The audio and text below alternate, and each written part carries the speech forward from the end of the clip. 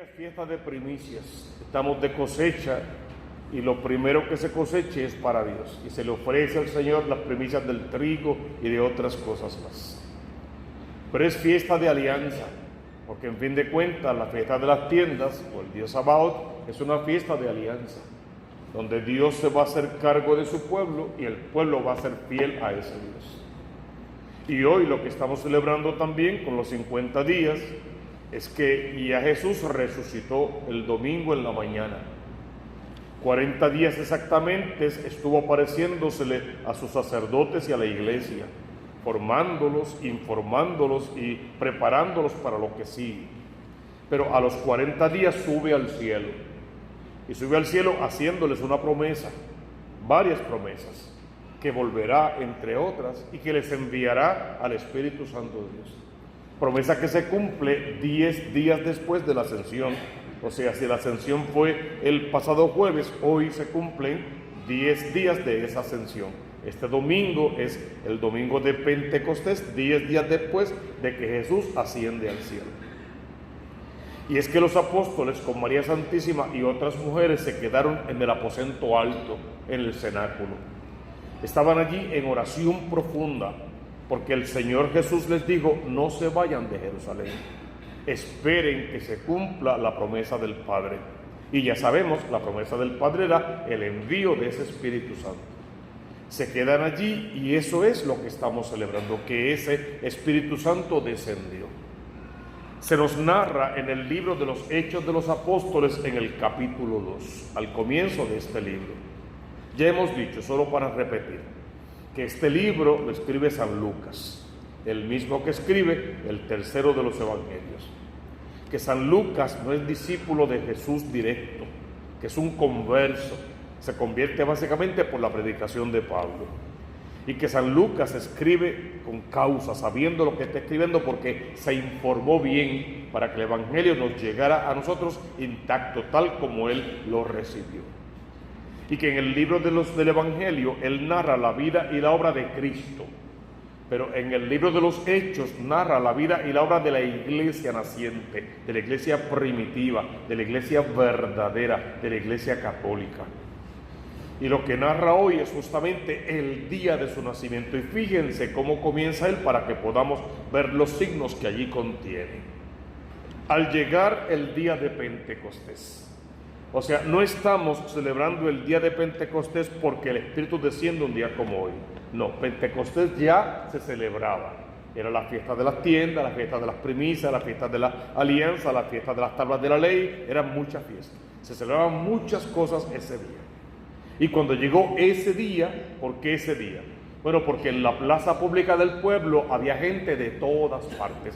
Ya lo vimos en la primera lectura. Todo el mundo conocido había ido allí porque eso era como un gran festival. Algo así, si queremos hacer alguna comparación cercana, como el Festival de la Cava en Maricao, por ejemplo, donde también se da gracias por las primicias. Bueno, pues esa fiesta, la plaza llena de gente, y el Espíritu aprovecha ese día para ejecutar su mayor acción tal vez. Y entonces están los discípulos reunidos en el mismo lugar. Y decíamos anoche que ese es el primer gran signo de Pentecostés, que están todos reunidos y en el mismo lugar. Es la unidad de la iglesia.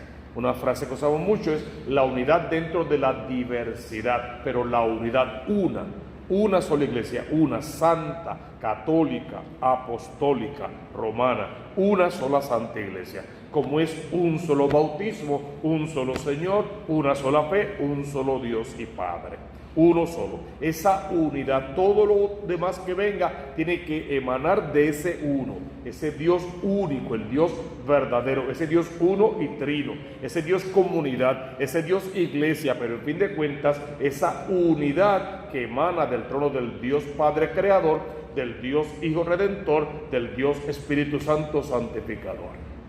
Estaban unidos y en oración, es el otro signo que tenemos que afilar bien. En oración, en la presencia de Dios. No estaban perdiendo tiempo, no estaban haciendo poca vergüenza, no estaban llevando doble vida, no estaban contrarios al mensaje que habían recibido, estaban en oración sintonizados con el corazón del Cristo de la gloria. Eran muchos reunidos, pero en un solo corazón y en una sola alma. Es otra frase que podemos acuñar. Mientras estaban todos reunidos en el mismo lugar y en oración, sucede algo. De repente, un ruido del cielo, si quieres un alboroto, si quieres un movimiento, algo pasó. No fue quietud, no fue pasividad, algo sucedió, algo se movió por dentro y por fuera. Un ruido del cielo, no de cualquier lugar, del cielo, del trono de Dios. Ese ruido, que es lo que va a dar inicio a todo el tinglado de lo que estamos celebrando, no viene de cualquier parte, no sopla de cualquier lugar, viene directo del cielo, y se entiende por el cielo el lugar donde Dios habita. Y fue como un viento recio, o sea, venía con disposición, con fuerza, venía a ejecutar una acción, venía a algo en particular, no era cualquier cosita, no era algo desapercibido, era capaz de moverlo todo, cambiarlo todo, transformarlo todo y todo hacerlo de nuevo. Y así resonó dentro de la casa donde se encontraban. Y es interesante ese resonar, porque ellos estaban allí asustados, por miedo a los judíos, sin ganas de querer seguir viviendo, sin ganas de salir, realmente preocupados por lo que iba a ser su vida. Pensaban, salimos afuera, hombres muertos. Entonces era una actitud de derrota, de que todo se había acabado. Cristo murió y esto se acabó, no hay nada más que hacer. Así se encontraban ellos. Y de momento, estando encerrados, llega ese viento y ellos vieron aparecer unas lenguas como llamaradas de fuego. Y es interesante que el católico entienda que es como llamaradas de fuego. O sea que el Espíritu Santo de Dios no es una lengua de fuego, ni un fuego abrasador, ni un viento impetuoso, ni una llamarada. Es como si lo fuera. Es la manera de poder explicarlo, lo más cerca que tenemos. Porque la única definición válida para el Espíritu Santo de Dios es que es Dios. Eso es lo que es el Espíritu, es Dios. Es un Dios que se manifiesta. El Padre Dios se manifestó en la creación, el Hijo y en el amor incondicional que le tiene al mundo. El Hijo de Dios se va a manifestar en la redención. Con su sangre preciosa nos quiere salvar. Y el Espíritu Santo se va a manifestar también como fuego abrasador, como viento impetuoso, como lengua de fuego, que viene a purificar, a santificar, a hacerlo todo de nuevo. Se manifestó, y aunque eran una gran bola de fuego, unas lenguas de fuego se dividieron. Y es donde sacamos la frase, la diversidad dentro de la unidad. Una bola de fuego que se divide, que se hace muchas para poder tocar a todos los hombres, a cada quien según como quiere, cuando quiere y donde quiere. Y una vez que se dividió, se posó encima de cada uno de ellos, y tal parece que no dejó a ninguno sin posarse sobre él. Entonces la primera cosa que tú le tienes que pedir en esta tarde santa al Señor, que así como aquel día de Pentecostés el Espíritu Santo descendió y se posó sobre cada uno, que en esta hora santa venga especialmente sobre ti, se pose sobre tu cabeza, sobre tu historia, sobre tu camino, tu casa, tu familia, cada uno de tus hijos, tu trabajo, tu salud, tus sueños, anhelos, todo cuanto eres, tienes y vales. Que el Espíritu Santo de Dios se descienda con poder. ¿Quieres un nuevo Pentecostés? Tienes que pedirlo, hermano. Lo que nos falta como iglesia, tal vez individual a cada uno y en comunidad, es orar más, orar con más fervor, con más insistencia. Pidan que se les va a dar, busquen que van a encontrar, toquen a la puerta que se les va a abrir, pues ejecutemos esa acción de la palabra de Dios. Piden este día santo que el Espíritu Santo de Dios descienda realmente sobre esta asamblea, descienda realmente sobre tu casa, tu hogar, tu familia, y que la lengua de fuego que te corresponde como hijo amado de Dios se pose sobre ti, venga sobre ti y te inste según instó a la gente de aquel momento para que hablaran lenguas nuevas. Se posaron sobre cada uno de ellos. ¿Y qué pasó cuando esas lenguas se posaron? Todos se llenaron del Espíritu Santo de Dios. Y es realmente el bautismo en el Espíritu. Pero Hemos dicho hasta el cansancio y repetimos casi en cada homilía: Dios no cohabita con el pecado. De eso tenemos que estar claros. Para que tu cuerpo sea templo vivo del Espíritu Santo, tu cuerpo no puede ser cueva de ladrones al mismo tiempo, ni el tuyo ni el mío. Para que el Espíritu Santo habite en ti, habite en mí, tenemos por fuerza que sacar el pecado.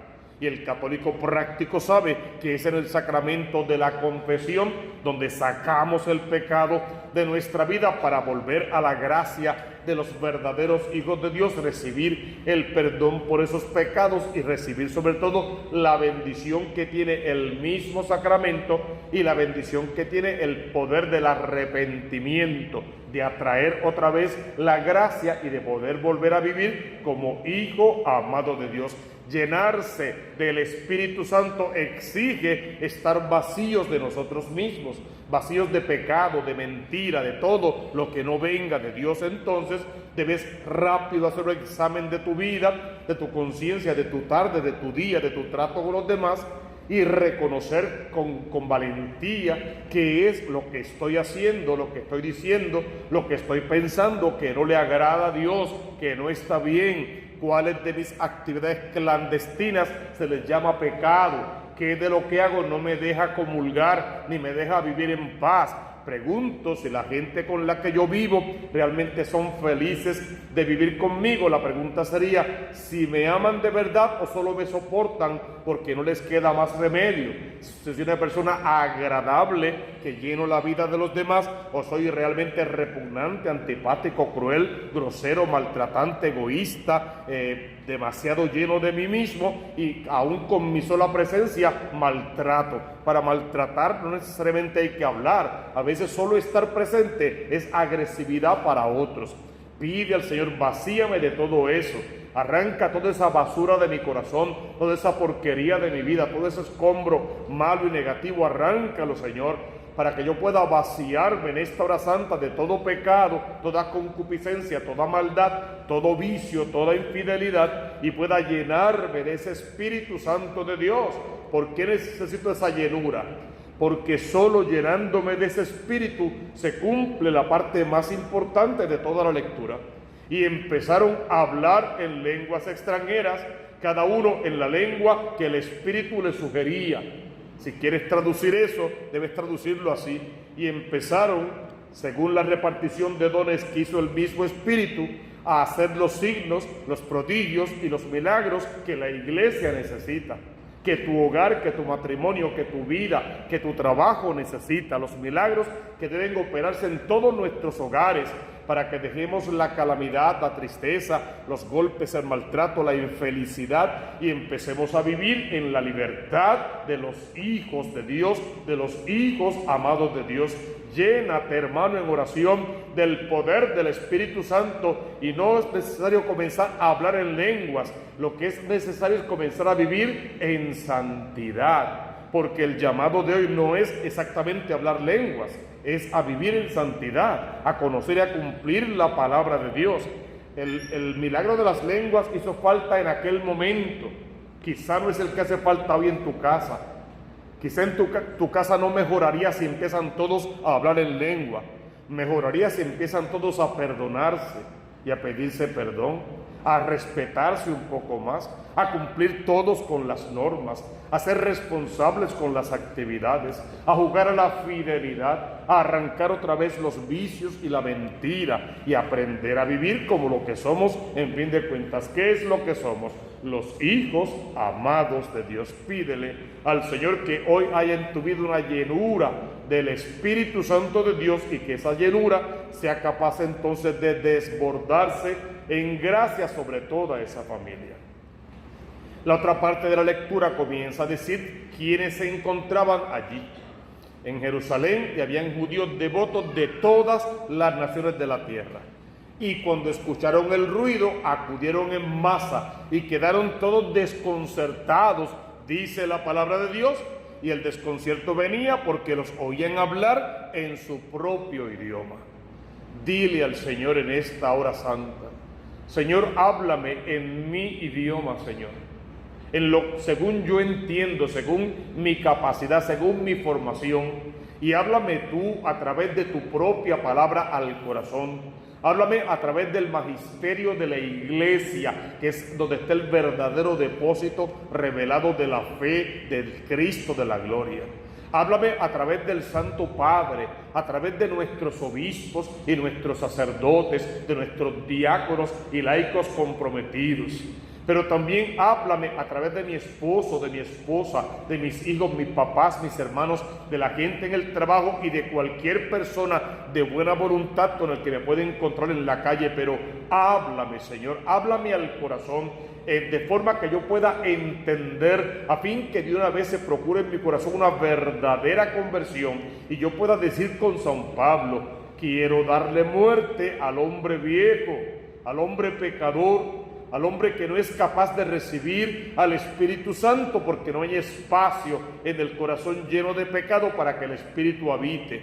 Háblame y transfórmame, conviérteme, cámbiame, para que al mismo tiempo, una vez que yo goce de esa llenura del Espíritu Santo, entonces tenga la misión de salir a compartir con los demás esa misma gracia. Y hablando de las maravillas del Señor a los demás, podamos atraer muchas almas para Dios. Es San Pablo el que nos habla en la segunda lectura de la carta a los Corintios. Y San Pablo tiene un tema muy particular. Hemos sido bautizados en un mismo espíritu para formar un solo cuerpo. Y es Pablo el experto en los carismas. Hay una sola iglesia, muchos dones, muchos carismas. A ti te toca primero pertenecer a la iglesia verdadera, volver siempre a la casa de papá, participar de la vida sacramental, de toda la vida sacramental, arreglar tu vida de manera tal que no quedes fuera de ninguno de los sacramentos, y siempre habrá un arreglo, porque todos los hijos amados de Dios por Dios son dirigidos de alguna forma u otra. Con Dios siempre hay la posibilidad de algún tipo de arreglo. Dios es misericordia infinita. Y entonces pídele a este Dios en oración que tú sí eres parte de la iglesia, que quieres formar parte de la vida consagrada de esa iglesia en lo que es esta vida sacramental, y que lo que necesitas entonces es que ese espíritu te haga entender un detalle simple de tu vida. Tú no puedes ser el producto de la carne, porque la lectura dice que lo que es carne, que lo que viene de la carne, carne es. Tú y yo tenemos que nacer del agua y del Espíritu. Para hacer eso, espíritu con Cristo. Y ese mismo Espíritu que resucitó a Cristo de entre los muertos, es el mismo que te puede levantar a ti y a mí de nuestro pecado, de nuestra pequeñez, de nuestra miseria. Si creemos que resucitó a Cristo, que convirtió a Pablo y a tantos más, ¿por qué no vamos a creer que te puede convertir a ti, que me puede convertir a mí, que puede hacer de tu familia y de la mía iglesias santas, y que puede ser de nuestra vida un evangelio abierto, que tú y yo en la calle, aún sin hablar, la gente se dé cuenta que creemos en Dios, que amamos a Dios, porque nuestra conducta es en santidad, siempre en santidad. El evangelio que hemos leído hoy también es muy particular. Lo tomamos del Evangelio según San Juan. Y es que al anochecer de aquel día, y me gusta cómo empieza, el primero de la semana. Nada que ver con sábado. Estamos en la nueva era, esta nueva era de la iglesia verdadera, no en la nueva era de la nueva era, claro está, de la iglesia verdadera. Estamos en el primer día de la semana, donde todo es nuevo, donde todo comienza otra vez, donde todo comienza nuevo, feliz y mejor. En este primer día de la semana y al anochecer, para que se disipe toda tiniebla y cuando amanezca solo haya la luz de Cristo en nuestro corazón. A esa primera de la semana, a esa primera hora, ese primer día de la semana, estaban los discípulos en una casa con las puertas cerradas por miedo a los judíos, y en esto entró Jesús, se puso en medio y les dijo. Fíjense que en la primera lectura estaban los discípulos encerrados también por miedo, y se produjo un ruido y llegó el Espíritu Santo de Dios, el día de Pentecostés. El Evangelio narra el día de la resurrección, el momento en que Cristo había muerto, resucitó y se aparece vivo a sus discípulos. Hermano, No importa cuán cerrado esté ese corazón, cuán de espalda tú y yo podamos estar de Dios, si quieres cuán soberbios, prepotentes, egoístas podamos ser, no importa. Si abrimos la mínima brecha para que pueda entrar el mínimo rayo de la luz de Dios, Él se encargará de abrir nuestros corazones, entrar en nuestra cerrazón, sacarnos de nuestra tiniebla y de nuestro pecado y hacer que la luz del día primero brille en nuestro corazón y pasemos de ser hombres y mujeres de tinieblas, de depresión, de tristeza, de amargura, de coraje, de odio, de rencor, de venganza, a ser hombres y mujeres de fe, de una esperanza nueva, capaces de perdonar y de pedir perdón, de amar sobre todas las cosas, de creerle a la palabra de Dios y de trabajar otra vez por nuestra salvación y por la salvación de todos los demás. Por eso el saludo de Cristo es el que tenemos que hacer como un saludo internacional todos los días de nuestra vida. Que la paz de Dios sea contigo, pero que sea de verdad la paz de Dios, esa, la que Dios da y el mundo no la puede quitar. Esa paz que lo renueva todo. Así fue como Él los saludó en 3 ocasiones diferentes en la misma aparición. La paz sea con ustedes. Y una vez que les deseó la paz les mostró: soy yo, mírenme, pálpenme, siéntame, hagan lo que tienen que hacer para corroborar que soy yo, el hombre muerto en la cruz, ahora vivo, resucitado y dispuesto a llenar sus vidas de paz con una condición. Que entiendan la base de esto. Yo soy el enviado del Padre Dios. Y ahora, así como el Padre me envió a mí con el mismo poder, ahora les envío yo a ustedes como iglesia. Ustedes son los discípulos enviados de la iglesia del siglo nuevo. Yo los envío así como el Padre me envió.